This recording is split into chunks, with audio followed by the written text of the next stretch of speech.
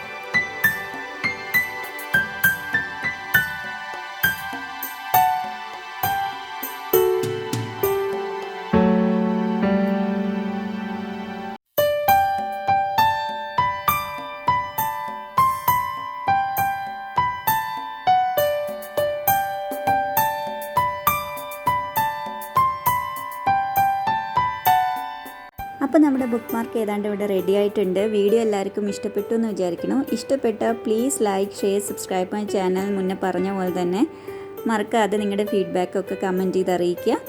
So see you on next video. Bye. Take care. Stay safe. Ta-ta.